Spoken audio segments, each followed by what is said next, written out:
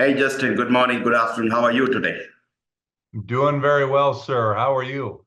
Very good, very good. I realize that you are actually, it's night for you. It is the evening here, yes, but this is one of the better times now that the heat has arrived here in the Middle East, and so it's more the cooler time of the day. Fantastic, fantastic. Look, thank you. Thank you for coming back and contributing to this knowledge pool. So you have been a big contributor so far. So thank you. Very much honored to be a part of it. All right. And today is another good topic. Very really nice topic actually. I like it.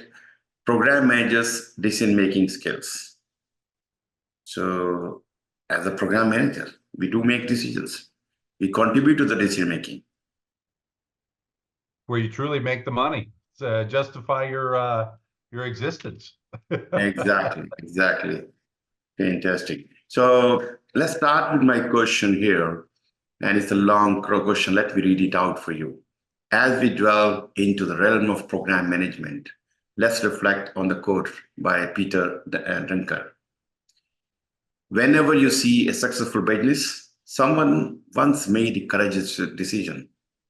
This prompts us to consider in the context of the program management. How do you make courageous decisions that effectively navigate uncertainty and ensure project success? Well, I completely agree with Peter Drucker's quote on that. You're absolutely right with the fact that any successful business certainly someone took a leap of faith, and with risk comes reward. So totally agree with that. And getting to the specific question, which in the context of program management, making courageous decisions to effectively navigate the fantastic uncertainty ensuring projects of success.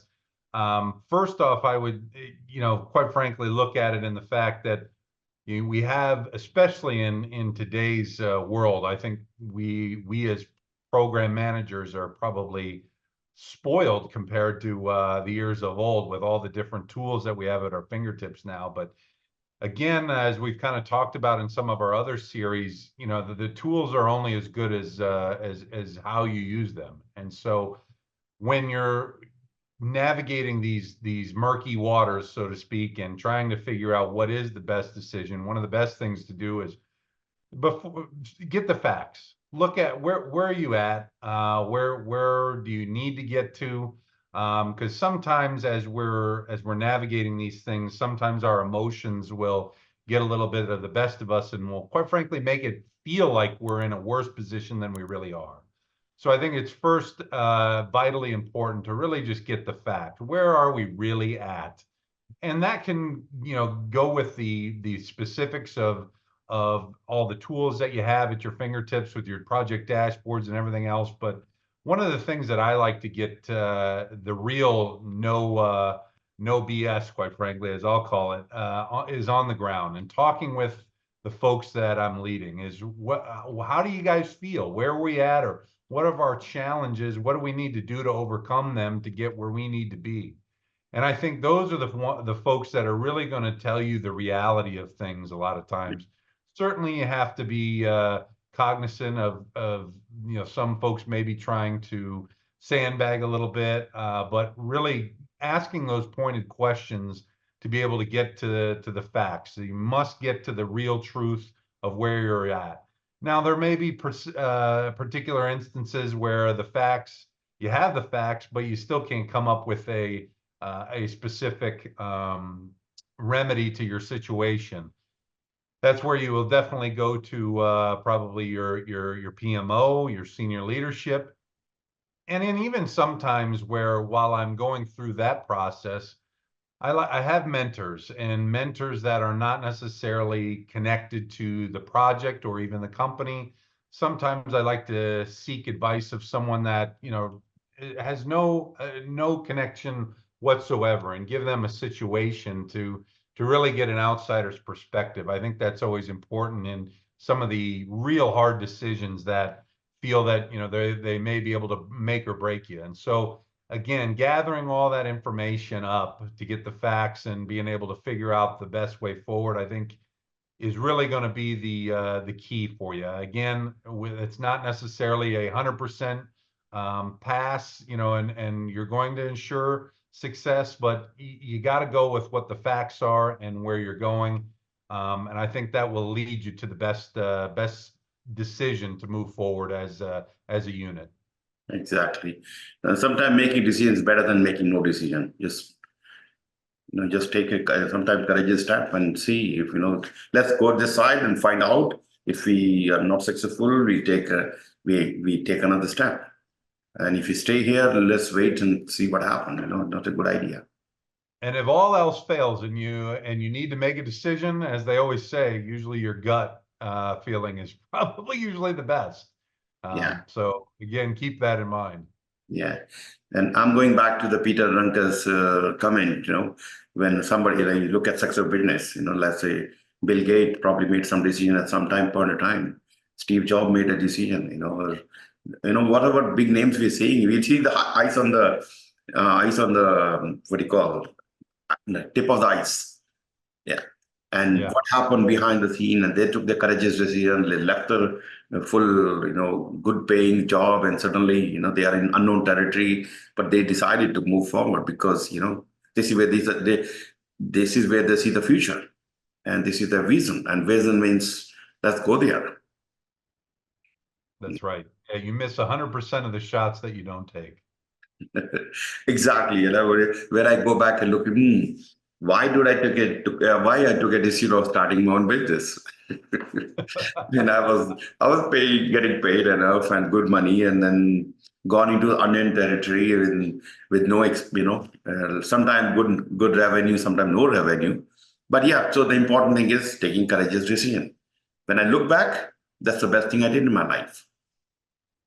Well, and I would even kind of, in a follow-up from our previous webinar, is the experiences that you go through when you're going through challenging situations are when you're going to learn the most. Exactly. And when you're going through those situations, it's only going to make you better, because as you progress as a project, program, or portfolio manager, or even further into your leadership roles, you're going to lean on those experiences. And I found that there's been situations that have come up again and again. And the first time that it came up to me, I'm not really sure. And when it came back around again, you kind of laugh it off. You're like, yeah, I know exactly why this happened, and I know the exact remedy. And those are those seasoned veterans that you can lean on. Those are the type of and that experience is where you really become that senior leader and being able to handle nearly any situation. Yeah, I mean, I often see the interviews, they're asking when was the last time they're asking for successes and failures. So I'm sure they're trying to figure out if there was a failure, what did you do to recover from that? So they want to find out, you took a decision at the time, and what happened? Failed or success doesn't matter, but you took a decision. And what did you do after, let's say setback happened? How you recovered from that? That's right. I mean, and even in your job interviews, quite frankly, you don't necessarily want someone that's just been a part of something that's just gone right every time. You want someone that's been tested. Yeah. Because those are the ones that are going to pull it out of the fire when you need to, and they're going to be able to react in a way that again, that comes from experience. That if you haven't gone through that, you're not going to be able to know what to do. And so those lessons are vitally important in anyone's career, regardless of the industry or even the position. Yeah, and I know, because when a lot of people come to me for PgMP, PfMP, and sometimes these people never failed in their life, and they thought PgMP going to be another walk in the park. And when they come back, Dharam, I never failed in my life, and I don't know what happened here. And they are very shocked, actually. I don't know how to handle it. I'm talking about one person, but I'm not going to name here. He came to me, and I just never failed, and and Ginger asked me to contact you. You are one of the specialists in this area. So I don't know how to, but yeah, let me help you out. He never took my class, but I was helping him one way or other. So the second time when he failed, he literally locked himself in a room in a hotel, and I thought this is it for him. I mean, this is what, I was in Australia and he was in US, and anyway, so he was not able to handle the pressure, and he was never had a failure, and that's why you were rightly mentioned. We look for not always people who always succeed. Failure success rate is very high, but sometimes failure rate. Okay, what did you do at that time when somebody failed? What did you do? Yeah. That's right. I mean, again, I know we've talked about it before, but I came to you after failing the PgMP. And, at that point in time, I think I had passed 3 PMI certs in a row. I think it was PMP, ACP, and RMP. And so I was feeling good about myself and felt like I knew how PMI does tests and conducts them. And I did a boot camp and felt good about it. Thought I had worked hard and was ready for it. And ultimately, I didn't pass the first time. And of course, I was upset. I didn't, of course, nobody likes to fail, and it's a bit of a humbling experience. You're like, hey, you just got your butt handed to you. It's but there's nothing wrong with that. And I remember, I took 2 weeks off to clear my head, and one of my great mentors that I've had for many years, he says, Justin, you only fail if you quit. And so Exactly. then you and I got together, and we finished the year off with knocking out PgMP and PfMP in a matter of, I think it was 75 days actually. So yeah, I mean, that's it's not how many times you fall, it's how fast you can get back up. And so Exactly. then we finished that off, and then I just finished those 18 months of getting my MBA. So it's Exactly. again, you just got to, quitting is not an option. You just got to get up and get after it again and learn from your mistakes. Exactly. And the thing is that when you look back, that sometimes we feel that that failure was one of the best thing happened in my life. I'm not telling No you should question. fail. No question. It was. Yeah. But when I see back and look, hey, that was the best, that was the horrible thing. Most horrible thing happened to me. But that's it. That was the life-changing moment for me. If that did not happen, what I am today, no way possible. That's right. Even in sports, some of these highly rated teams, they take a loss. Sometimes that's the best thing to happen to them. Number one, it takes a little bit of pressure off. And number two is it gets them back to the basics and gives them a little humble pie, to where usually you'll see some of these highly ranked teams in any athletics that they come back with a vengeance and Yeah, crush everybody. exactly. All right, let's come back to our question. Next question I have is, how do you address behavioral biases and analysis paralysis to ensure efficient and timely decision making in your program management practices? Yeah, this is one of my favorite ones that I like to talk about a lot with the folks that I work with. Is the analysis paralysis. Is a lot of times we'll get so caught up in processes and procedures, and it costs more money to make a decision, or to go through a process to make a decision, than to just make the decision up front. Where all of a sudden we're spending thousands and thousands of dollars in labor discussing something where it costs more to figure out the right decision than the overall just to make it. And so people have to definitely be aware of that. And so with the behavioral biases, certainly being so process oriented at times can be a challenge, and it's going to end up costing you money. So really finding that real balance where, of course, you want to be process oriented and making sure that you're doing things the right way and stakeholder engagement, but at the same point, being agile enough to be able to respond, because a lot of times companies will get caught up in their own justification of bureaucracies, and they forget about the end user or the client. And Mm, so customer focused should never be out of the realm or in the upfront priorities, I think. And so, with behavioral biases, certainly, I know we're going to get into it a little bit more here, but the analytical thinking, and you're seeing it a lot in the education realm with specific specialties and even some of the certifications, with being able to look at data analytics and recognizing biases in data, because there are most certainly is going to be, or outliers that may dictate your overall data to a certain extent. And so being able to dig into the numbers to find out what may be possibly skewing the overalls is something that really is very important. But again, being able to make sure that, hey, we don't need to spend thousands of dollars to make a decision on a, $1,000 part. It's costing us more money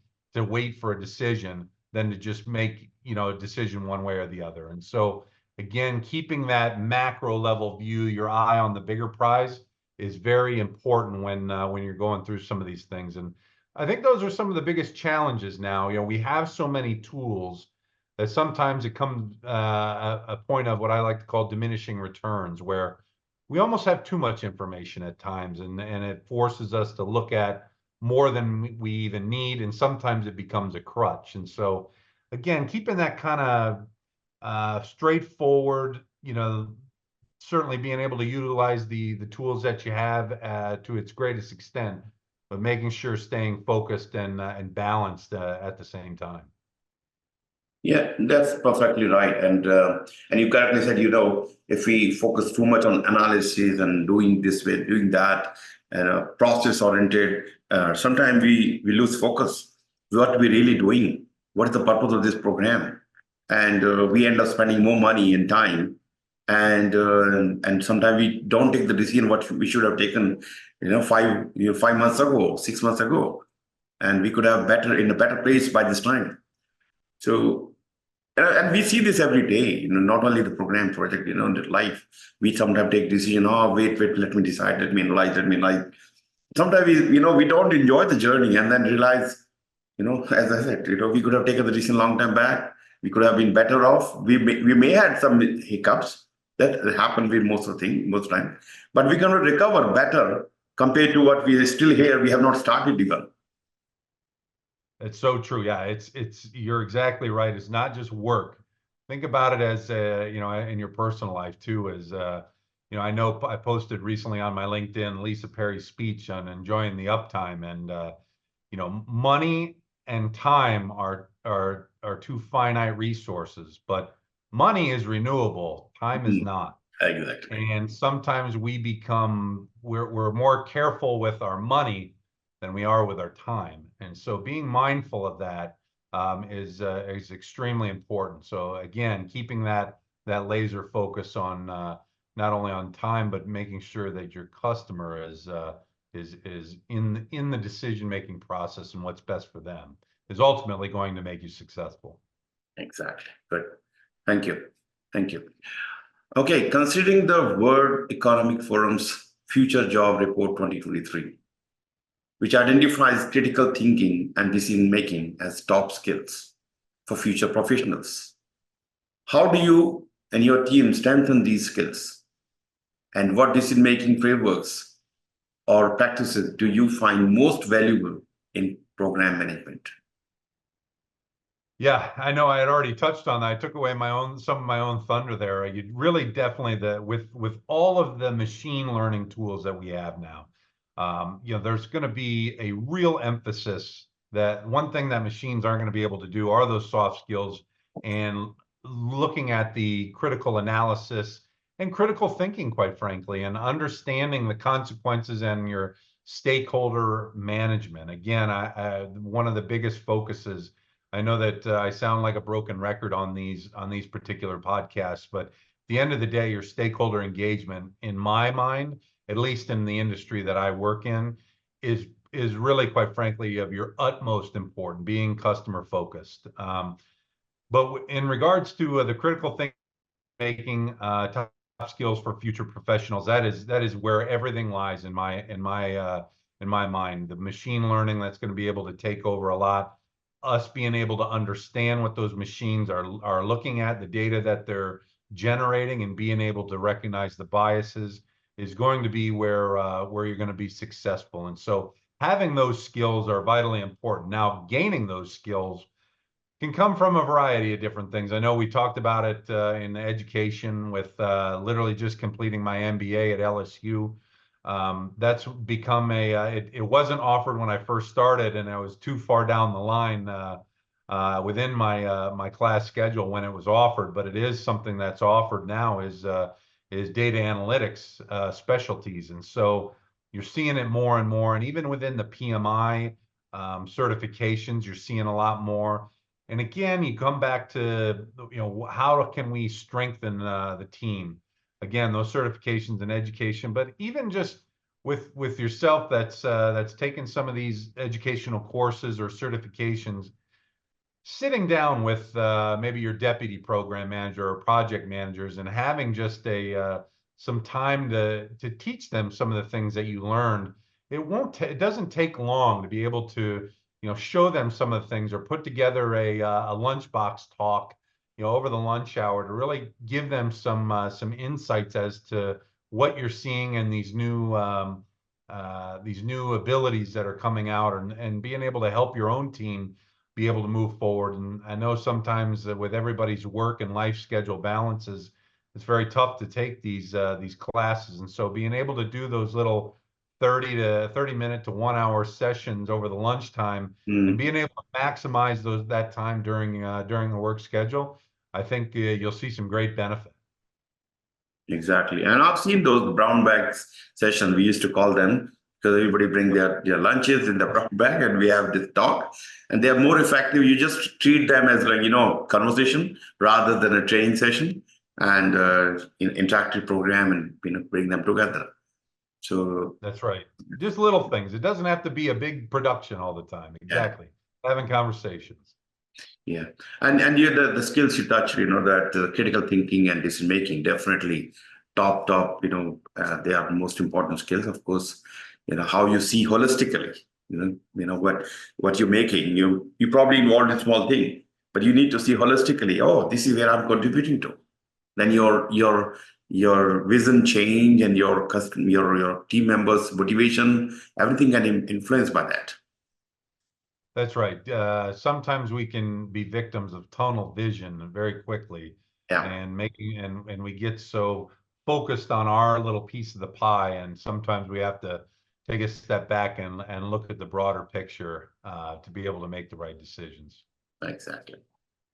Good. Okay, great. How do you integrate feedback mechanism across your program management practices to improve decision making? And what broader lessons can you share from this process? Well, as I stated earlier, with the specific industry I'm in, one of the biggest feedback mechanisms that we have in our particular line of business is our stakeholder engagement and our customer feedback. And there's a lot of different things that can go into our nature of business, but as long as your customers and stakeholders are up to date on the issues or challenges or successes that we've had, that is the most important thing. And so literally sitting with them, building that relationship with your customer to make sure that you're understanding their concerns, their issues, making sure that they're taken care of, are of utmost importance. And I think going across the board, I think, not to simplify it too much, but a lot of industries across the board, if your customer at the end of the day is happy and you're listening to them, hey, that's the best feedback that you can possibly get. Now, of course, internally with performance, looking at different like how long it takes for us to do something, whether it be designing something, procuring something, installing it, and getting ultimately our certifications. There's always going to be internal things that, hey, this took us 30 days to do this last time, and why did it take us 45 days to do this? Now, there certainly could be some legitimate reasons for that, and it could be just lack of manpower or resources. Understanding those particular things, again, using your your schedules, your integrated master schedules, your all those different things. Or, one of the big things that we all face now in this post-COVID world is your supply chain management. And I'm a firm believer you can't have enough suppliers right now, because everything is so interconnected throughout the world, and any type of weather event or conflict can dictate your schedule a lot. And so we're at the mercy of some of those things. And so diversifying your supply chains is going to be of critical importance to be able to ensure delivery on time. So again, looking at all those risks and making sure that you're getting everything back from your procurement folks, your engineering, your installers, everything. And of course, having that leadership mindset of creating an atmosphere to where you can encourage your folks to take some of those risks, as we talked about, to find new ways to do things faster while maintaining quality. You have to be able to continue to find new ways to do things and do them more efficiently. And so, yes, you can use the new technology at our fingertips, but again, even going through, your entire decision-making processes and your supply chains and locations. There could be geographic issues, all those things. Again, you can just go backwards and break down all the different decision-making process to find ways to be better. And that again just kind of comes with some experience, and certainly there's some educational things within that. But I think those are overall the most valuable, being able to ensure program success. Exactly. Yeah, and knowing more earlier what happened, what we can do better next time is always good. As you mentioned, you could talk to the people, what happened, what if 30 days, what if 45 days? Yes, there can be reason what happened, and understand them, and note down and work with the guys. Hey, look, this is the issue, this is a risk we should have identified, and now we know that. So next time when we do any program or the next, we should take note of that. In the supply chain problem, which you notice, you mentioned that, and we have seen that it has huge impact on lots of construction and many other industries. So what now we have learned from that. So should we just trust our, just in time, or should we have something in our store for this kind of period? Yeah, I'm a firm believer in the control of things that you can control. So if there's something within your own power to make sure that, okay, maybe you're going to have a delay, but if it ensures that delay is minimized, I'm going to take that, and I'm going to make sure that I engage with my stakeholders saying, hey, there's going to be a delay, but I know that it's not going to be any more than this, versus if I made the other decision or the alternative, I might be able to deliver it on time, but at the same point, I could be significantly delayed if it doesn't work out. Calculated, decisions based on risk. There's certainly with the world we live in, being agile, and so many different things can affect our ability to deliver. Being able to take the sure thing, again, has to be in the forefront of your mind in a lot of ways. Exactly. Fantastic. Thank you. Okay, my next question. Michael Porter often emphasized that the essence of strategy is choosing what not to do. How do you prioritize program objectives and decide what to exclude to ensure strategic alignment while balancing stakeholder expectations and resource constraints? This is really what I spend most of my days doing now. And, it's so difficult because you have that natural inclination to want to go after everything that, again, you're thinking of it from quite frankly, a revenue standpoint. Like, we want to grow, but you really have to look at it. Number one, is this particular opportunity that we're looking at, what is our gain of it? Is it going to be just a short-term little bump, but is it quite frankly profitable? Is it something that we really want to be in, or should we not go after this one because we know there's another opportunity coming in a couple months that we know is going to be a bigger one, it's going to be more profitable, and it's something that is going to be more sustainable long term? Again, there's many different parts of that decision-making process, but really one thing that I know that we found years ago within our company where we just wanted to go after anything and everything, and it ended up biting us a little bit because we were stretched so thin, and sometimes even within our proposal and business development staff, we just we would put a lot of mediocre stuff out there instead of just focusing strategically on on only a few opportunities to put in our absolute best. And so really that comes down to overall strategy and alignment, and those are critically important in making sure that, hey, is this the more profitable business line that we want to get in to move up that value chain, or is this something that, maybe it isn't the most profitable, but it's geographic or strategically geographic that we want to start building in a region in the world. So again, all those different factors are going to come into those particulars.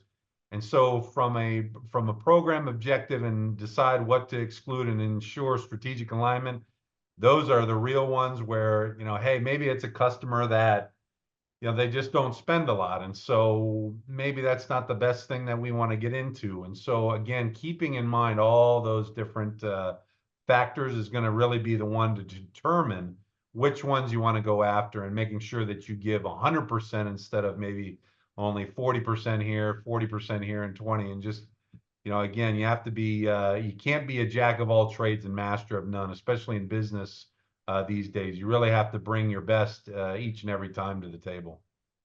Exactly. Yeah, choosing what not to do is also important. Actually, you work with your stakeholders and sponsors who understand what is the most important for them, and come up with a priority list. Then choosing and assisting. Yeah, they like to do everything, and we're going to try our best to do everything. But that we cannot always able to do it. So what can we do to make sure we address the most needed, objective or the benefit out of that? I tell you, one of the meeting I had, and this is where I'm working on a very large program for the bank, and the program manager for that was insisting, Dharam, I need all these services, other than middleware, they're providing services to this other front. Bank has some system, and they send services, and we provide services, requests, and we provide services. And he was insisting, no, I need everything. And look, and I had a discussion with him, look, this is not possible within the 1.5 months we have. If you need something from us, just give us a priority, and we'll focus on that. And after 4 hours, he agreed, okay, Dharam, give me this. And if you can give me more than this, I will be more happy. So that discussion was very important for you to, and between your customer and you, like, okay, what is the most important and what is good to have? Like Moscow. Moscow is must have, should have, would have, what are the other one? Could have, Moscow. Anyway, so the prioritization. Sometimes, yep, we focus, then we can focus more on what is really needed to you. If not, let's put on side, maybe in the next phase, next time. Yeah, maybe there's just some economic factors right now that doesn't make the work as attractive as maybe in the future. So again, it's just kind of making sure that from a timing and a business sense and customer engagement, and again, all those things have to align before you really want to get after something. Yeah, sometimes this 80-20 rule can be applied, okay? Yeah, most important thing, and that can impact, that has the biggest impact. Yep, exactly. Okay, what initiatives are companies taking to balance the integration of AI and machine learning with traditional decision-making processes in project and program management? I think how do I say this? I think it varies greatly in which industry you're in. I know right now we're in the industry that I'm in, there's a lot of looking at it from a proposal writing and business development side, that there's a lot of initiatives. I know from a customer standpoint, we're looking at some things that that could be differentiators for us. Again, traditional capabilities that we have, but then some of these new technologies that we're developing could be differentiators for us. Yeah. I don't necessarily know that, at least in our industry, that they are a main highlight, but they are a like a value add type thing. Certainly in different industries could be more impactful. But right now, I think there's a lot of R&D going on, or testing and seeing what's happening, and doing a lot of trust but verified type activities, and beta testing. That was the word that I really was looking at. I think again in the future it's going to be much more prevalent. Everybody's talking about it. I know a lot of companies are doing things about it, but again, I think we're kind of in that beta testing phase. But certainly, I know that once some of these things or capabilities are coming out, it's certainly going to be differentiators for companies to be able to win new work. And again, one of the biggest things is just embracing the change, I think, overall, because we're so used to traditional ways of doing things. And yes, we've added some tools here and there, but this is something that's really a transformational type thing. And so being able to have a company overall, it's a workforce, embrace it, is something internally that I think is a challenge that a lot of companies are trying to go through to just quite frankly educate their workforce with what it can do for us. And so I know that that's something that going on throughout our industry right now, and even within our company. And I know there's a lot of webinars and different things internally just to educate our workforce. And so I think those are some of the big things that are happening right now. And I think, again, just some of the little things that I've seen, it's truly impressive, the opportunities and the abilities that are coming soon. But again, I think we're just kind of in that phase where we're beta testing in a lot of ways and just getting everybody ready for that next step. It's kind of like back in the day in the mid 90s. What was it, when Microsoft Windows 95, and that when computers really kind of came into the regular offices, and then you had Y2K. Maybe I'm starting to make myself feel old now, Dharam, but I remember those times. And so I think it's just kind of one of those next generations of hey, this is the new thing that's coming, and you don't have a choice. You either got to embrace it, or you're going to be left in the dust. Exactly. Oh, yeah. You reminded me some of those days of the printer. In the US, they still use those when you buy a car. It's always amazing when I see them. I'm like, they even sell paper for them still? Like, wow, that's impressive. And those tape drives and the floppies, and I don't know. Yeah, the Apple IIe computers. That's how I learned how to type, in the old Apple IIes before Macintosh. Yeah, exactly. Exactly. Look, AI and machine learning is here, and they have been tremendous help to many industries. And why don't we use them in our?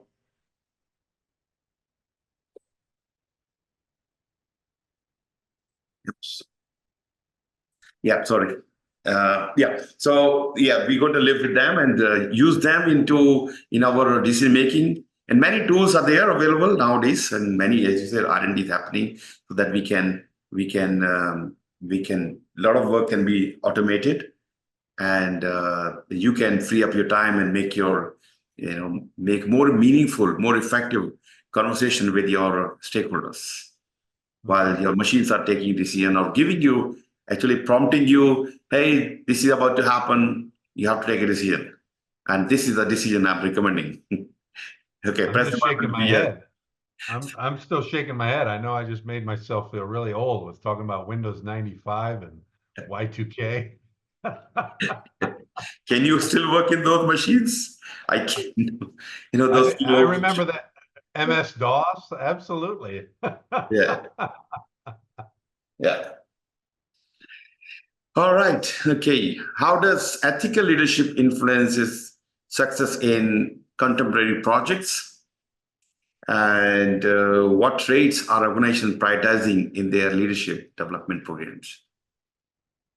Well, certainly ethical leadership, no matter whether it be a contemporary project or traditional or whatever, that is of utmost importance. And so, someone that's going to take cut corners and maybe not do things on the up and up, so to speak, is just simply not acceptable. You have to be ethical and be above board at all times. Otherwise, you can't even call yourself a leader, and that is going to poison your entire workforce, quite frankly. So that's quite frankly my take on that. From what traits are our organization prioritizing? Again, you have to be ethical and you have to prove your worth. But I think even not only that is being from a leadership standpoint, being humble, being have a sense of humility about you, being personable and being genuine. I think those are some of the very important traits, especially when we have such interconnected teams across the globe at this point in time, and really having that understanding and how do I say it, critical thinking and analysis, and being able to, okay, you may have a certain personal viewpoint, but being able to step back and realize, okay, there are different perspectives of this particular situation. I think those are some real critical skills that, you know, in my career that I've learned, where even when I have when I read something, I may have my own personal reaction to it initially, but then I go, okay, let me reread that to see maybe there's another perspective, or maybe I misread it, or maybe it's just because the particular mood that I'm in at this particular time it just didn't sit well with me. And so being able to have that ability to take a step back and look at it and understand that there may be a different way of interpreting something, I think will be is a very key ability that organizations are looking for, and ultimately with ethics will make you a very strong leader. But again, also not only that, just being able to not be afraid to make decisions. I think we've kind of talked about it already today. You have to be able to make decisions and not be afraid that, hey, you might make the wrong one once in a while. And again, having that humbleness and humility to admit that, hey, I was wrong there, and I've learned from it, and I'll be better for it next time. I think those are always great traits to a leader. Yeah, accept it and move on. Great. All right, my next question is regarding upskilling. What specific program or trainings do you see as most beneficial for the program managers to enhance their decision-making capabilities in the face of rapidly changing technologies? Well, the simple answer is to take Dharam's vCare Management PgMP training courses. I mean, that's the simple answer.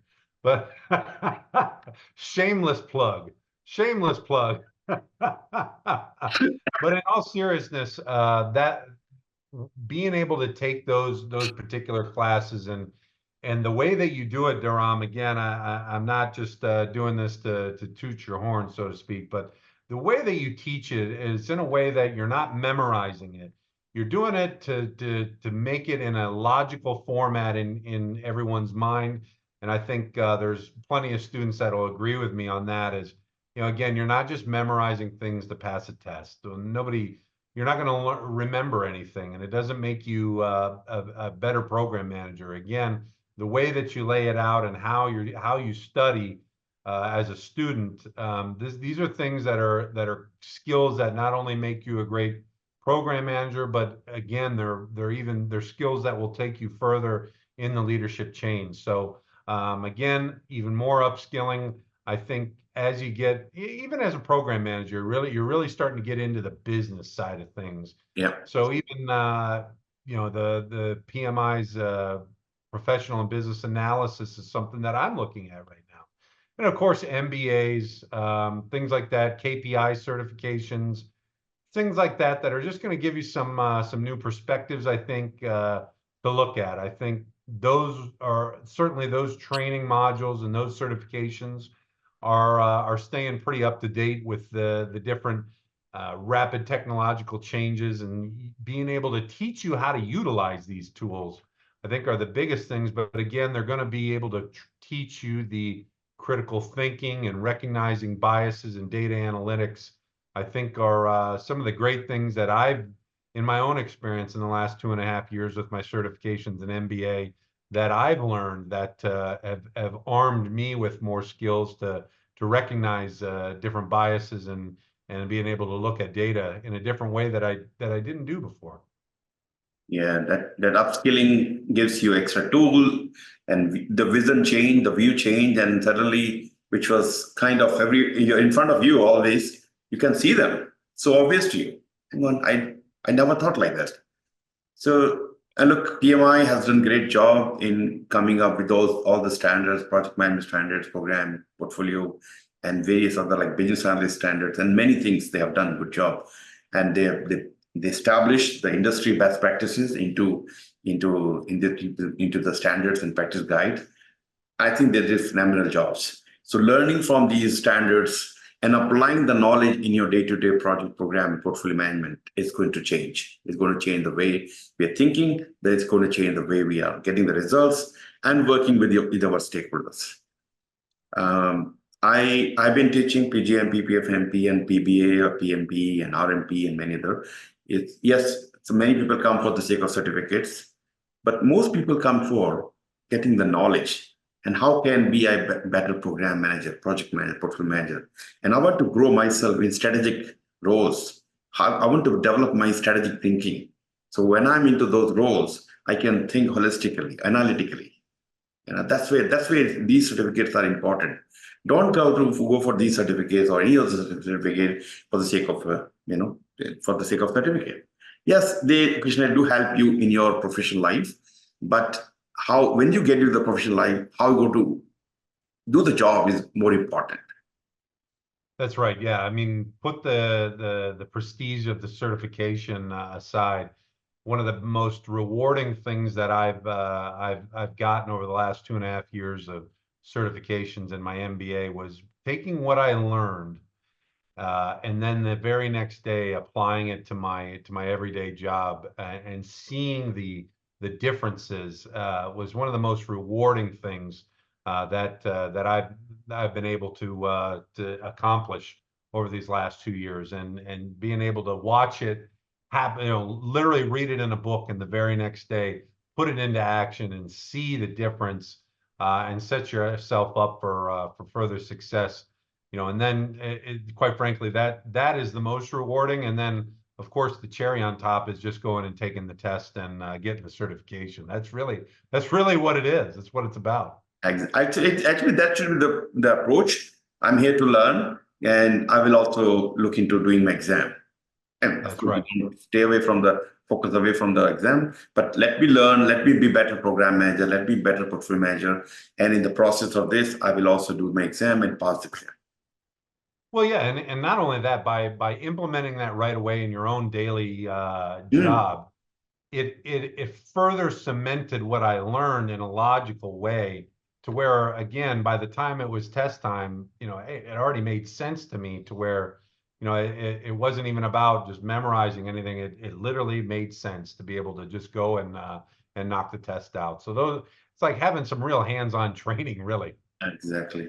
And I do, I have a different type of people with very, very, very, very senior with lots of experience versus new project program managers. I can see the difference. The new people, they can read and learn, they can answer a lot of questions.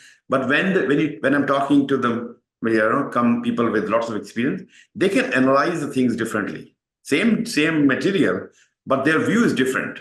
So these people get, even though they may not be 100% grasping the knowledge, but they can visualize and they can use that information more effectively in their day-to-day project program and portfolio management. That's right. Yeah, good. How are current trends and challenges in program management influencing the strategic priorities of organization? And what steps are taken to equip managers with skills needed for future challenges? Well, certainly with the skills needed for future challenges, I know there's a big emphasis, especially here in the Middle East. I know the PMI KSA and PMI UAE and all the different PMI chapters over here in the Middle East, quite frankly, I think are leading the world in certifications, and certainly with the Giga projects and all the other different amazing opportunities here in the Middle East. There's a real need for folks that having these certifications that can execute at very high levels. And so, again, there's company focus with personnel getting these certifications to have the knowledge to be able to execute. But with the current trends and challenges in program management, the priorities of organizations, I know we've already touched on a lot of them with the supply chains being so strained around the world.